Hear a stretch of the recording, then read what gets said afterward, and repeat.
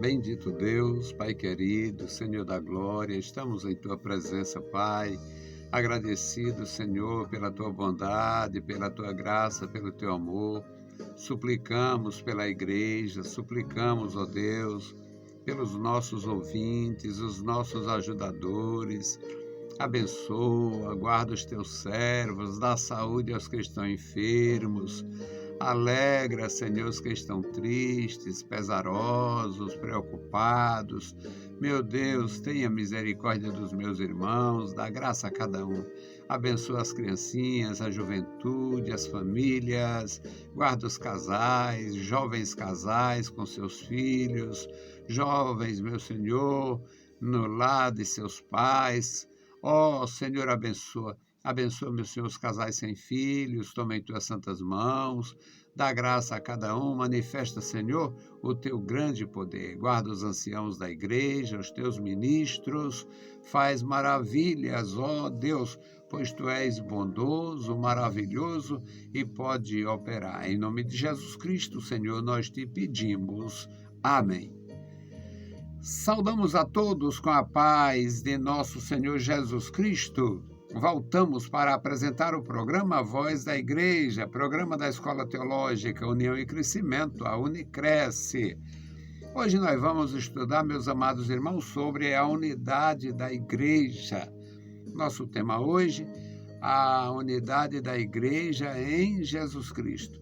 Existe unidade forçada, existe a unidade da Igreja em torno da idolatria. A igreja idólatra tem lá a sua forma de unir, mediante devoções, mediante compromissos, mediante cursos, mediante juramentos. Então, tem uma unidade aí que não é em Cristo, é no sistema. Existe a unidade com base nos dogmas e até nas heresias. Existem igrejas heréticas que têm compromissos com base em revelações de anjos, com base em profecias de homens, profecias de mulheres. Alguns exaltam seus profetas e suas profetisas, colocam no lugar lá em cima e fazem tudo para manter a moral deste anjo, deste profeta e desta profetisa. Mesmo em prejuízo da palavra de Deus, da verdade revelada. Então, unidade existe em vários aspectos. A unidade doutrinária dos homens, a unidade doutrinária dos demônios, a unidade doutrinária dos ícones, dos ídolos, do sistema de adoração e devoção, e a unidade em Cristo. Nós vamos aprender sobre a unidade em Cristo. O nosso texto é a primeira epístola de Paulo aos Coríntios, capítulo 12, versículos 13. Nós vamos aprender juntos aqui na palavra do nosso Deus. É uma bênção. Eu sou feliz aprendendo, eu sou feliz ensinando, eu sou feliz compreendendo, mesmo que seja um pouquinho. Então, a igreja e sua unidade em Cristo é o tema de hoje. 1 Coríntios 12 e 13 até o versículo 25. Pois todos nós fomos batizados em um Espírito, formando um corpo, quer judeu, quer gregos, quer servos, quer livres, e todos temos bebido de um Espírito. Porque também o corpo não é um só membro, mas muitos. Se o pé disser, porque não sou mão, não sou do corpo, não será por isso do corpo? Se a orelha disser, porque não sou olho, não sou do corpo, não será por isso do corpo? Se todo o corpo fosse olho, onde estaria o ouvido? Se todo o corpo fosse ouvido, onde estaria o olfato? Mas agora Deus colocou os membros do corpo, cada um deles, como quis. E se todos fossem um só membro, onde estaria o corpo? Assim, pois, há muitos membros, mas um só corpo. E o olho não pode dizer à mão, não tenho necessidade de ti, nem a cabeça dizer aos pés, não tenho necessidade de vós. Antes, os membros do corpo que parecem ser os mais fracos são necessários. E os que reputamos serem menos honrosos no corpo, e a esses honramos muito mais. E aos que em nós são menos decorosos, damos muito mais honra. Porque os que em nós são mais nobres não têm necessidade disto. Mas Deus assim formou o corpo, dando muito mais honra ao que tinha falta de honra, para que não haja divisão no corpo, antes tenham os membros igual cuidado uns dos outros. A palavra e o seu perfeito ensino. Eu não tenho capacidade de expor esta profundidade. Alguns nem tentam, eu pelo menos tento. Alguns nem tentam entender esta perfeição, esta sincronia de valores, esta sincronia de membros, esta comunhão, esta perfeição, esta unidade. Mas seria bom se nós pudéssemos entender melhor a unidade da igreja em Cristo. Senhor Deus, Pai querido, Senhor da glória, nós lemos a Tua palavra. Agora, Senhor, fala conosco, nos dá graça, entendimento, sabedoria, compreensão, para nos colocar na Tua presença como parte do corpo, que é a Tua igreja. Amado Senhor, se conosco, nos dá a Tua graça. Em nome de Jesus, nós te pedimos. Amém. Meus amados irmãos, é bom aprender. É bom aprender. Eu sou muito crítico de gente relaxada, que não se dedica, que não aprende. Alguns ficam à mercê até mesmo de serem iludidos por o Satanás através dos seus agentes. O diabo não falou direto com a Eva, né, irmãos? O diabo usou um agente. Aquele agente era do habitar. Aquele agente era natural. Alguém questiona se era normal, se a serpente falava, se a serpente andava sobre pés e sofreu uma maldição e ficou arrastando no chão. Eu não sei. Não quero saber de serpente, porque eu não gosto de serpente. Eu tenho horror a serpente. Mas acontece, e a antiga serpente pior ainda, mas acontece que para nosso ensino é bom meditar. O diabo não foi falar com a Eva. Não. Ele enviou a serpente. O diabo pode não ir falar com você na sua casa, mas ele manda um religioso. Aí ele chega todo de branco, símbolo de pureza, educadíssimo, a palavra macia, parece palavra de prostituta. Palavra de meretriz. Prostituta tem uma palavra macia. Prostituta e enganador. Prostituta e velhaco. Por que velhaco engana todo mundo? Porque o bicho é perspicaz. Ele sabe entrar, aí faz aquele jogo ali e tal. Bom, Satanás é assim. Ele não vai direto na sua casa, não. Ele manda um religioso, vestido de branco ou vestido de preto. Ele manda um religioso com um convite especial.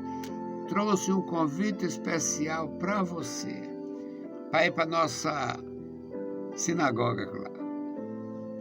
Mesmo onde é a sinagoga de vocês, já tem tudo preparado.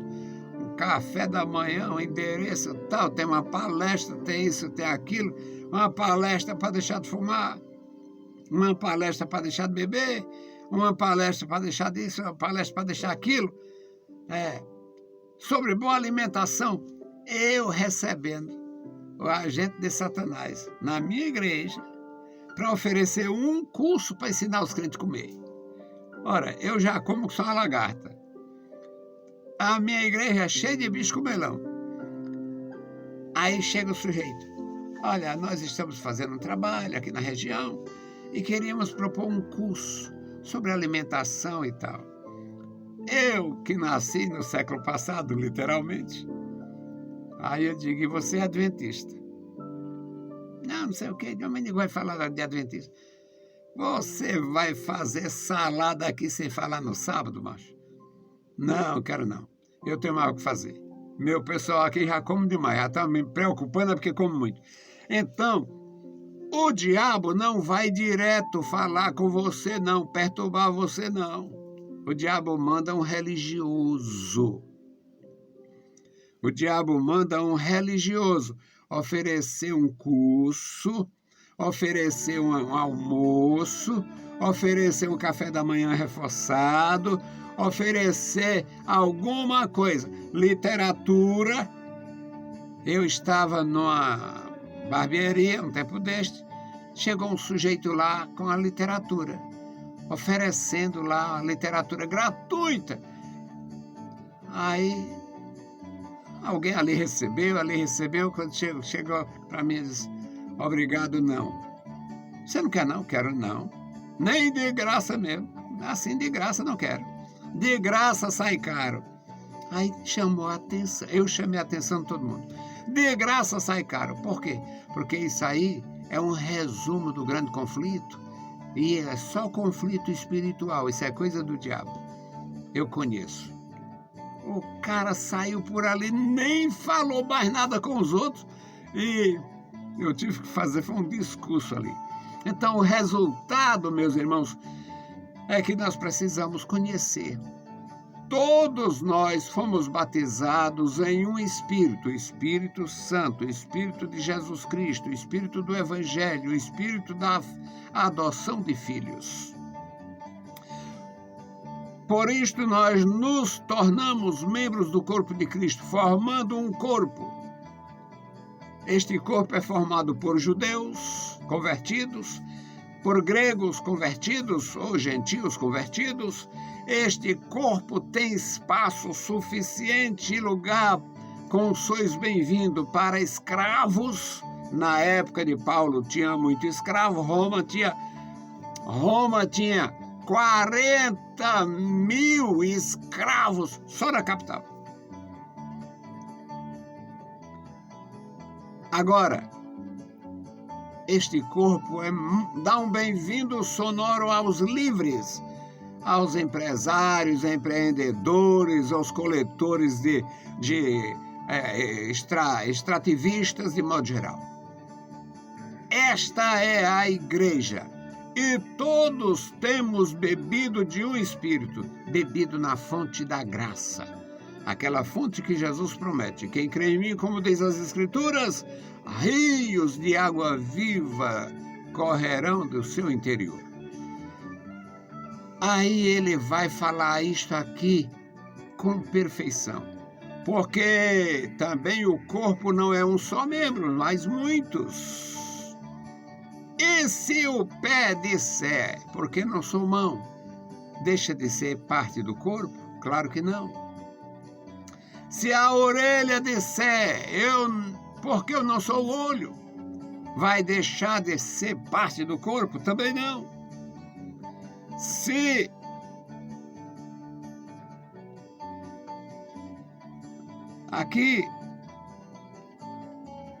a orelha disser, por que eu não sou olho? Vai deixar de fazer parte? Não. E se todo o corpo fosse o olho, onde estaria o corpo? Onde estaria o ouvido? E se todos fossem o ouvido, a orelha, onde estaria a boca? O olfato? Onde estaria o paladar? Onde estaria o olfato? Deus colocou os membros do corpo, cada um como Ele quis. Deus conhece a sua capacidade. Deus conhece a sua habilidade. Deus conhece a sua atenção e a sua percepção das coisas. Então Deus colocou cada um numa posição que fosse útil ao corpo de Cristo. Deus fez isto soberanamente, como quis. Se todos fossem um só membro, onde estaria o corpo? Um corpo unicelular? Um corpo de um membro só? O olho não pode dizer à mão: eu não tenho necessidade de ti. Não pode. Muito embora o olho e a mão têm uma associação muito forte. O sujeito diz: deixa eu ver, já vai estender na mão. Mas dá para ver com a mão? Não, mas ele quer pegar para ver de perto. O corpo tem estas particularidades. O olho e a mão têm uma afinidade muito grande. Deixa eu ver. E já vai estendendo a mão, segurando. Não pode não. Pode segurar. Em alguns lugares tem lá os avisos: não toque nos objetos. Nos shopping, em algumas lojas aí, tudo acorrentado. Por causa do menino. Por causa dos meninos do celular. Por causa dos meninos da cervejinha. E por que é tudo em vidraças fechadas? Porque o olho geralmente está associado com a mão. Então, o olho não pode dizer à mão: eu não tenho necessidade de ti. Nem a cabeça pode dizer aos pés: eu não tenho necessidade de vocês. Porque a cabeça pensa e se determina aí. E usa os pés para chegar lá, para alcançar o objetivo. Esta linguagem, este ensinamento aparentemente infantil do apóstolo de Jesus Cristo é para que nós entendamos a importância dos membros de cada membro contido no corpo. Os membros do corpo que parecem ser mais fracos são necessários. Eu, 40 e tantos anos de fé na época, e um irmão falando sobre a importância das unhas. Ele perguntou: você já agradeceu a Deus pelas unhas? Eu nunca tinha pensado naquilo. Pois é, imagina se a gente não tivesse as unhas. Todo mundo com os dedos feridos, tudo cheio de ferida, porque as unhas é proteção para você pegar nas coisas. As unhas é proteção para os dedos, proteção do corpo. Eu nunca tinha pensado. Então, meus amados, até as unhas são muito importantes, porque sem as unhas, os dedos ficariam sofrendo, seriam feridos com facilidade. O apóstolo de Jesus Cristo diz: os membros que reputamos como menos honrosos no corpo, membros que são menos honrosos, a esses honramos muito mais. E os que nos parecem menos decorosos, damos muito mais importância. Membros que não são conhecidos do público. Mas você tem que cuidar. E são importantíssimos. E na primeira crise, na primeira doença, no primeiro problema que surgir neste membro, aí vai passar, vai ter o processo, vai ter que vencer a vergonha e mostrar o que está acontecendo.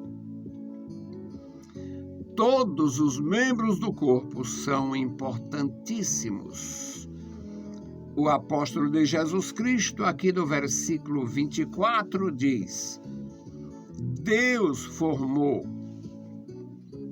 Deus formou esses membros, porque os que em nós são mais nobres não têm necessidade de serem exaltados, já são nobres. Mas os que não são nobres têm necessidade de atenção.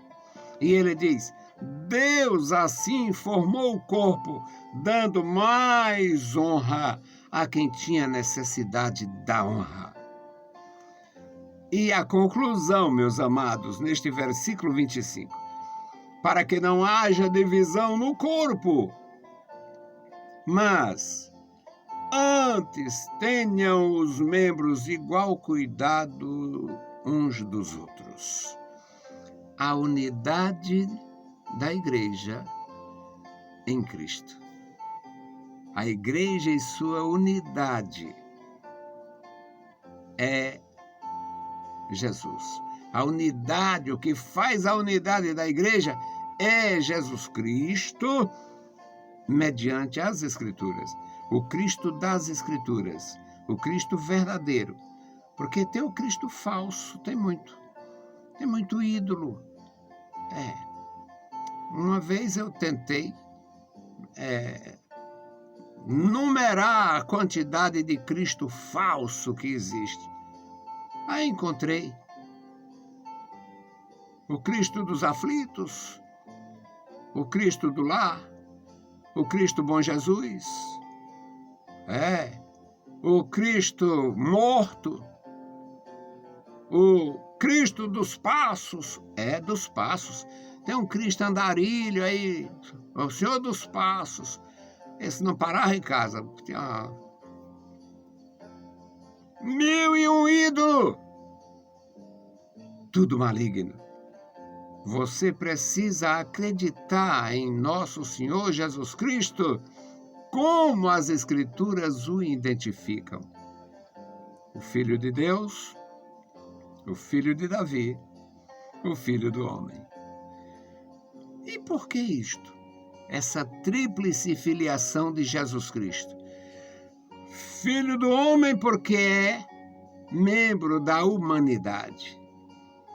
Filho de Deus porque é parte do Pai. Ele não foi gerado. Ele é eterno, co-eterno. Ele é eterno.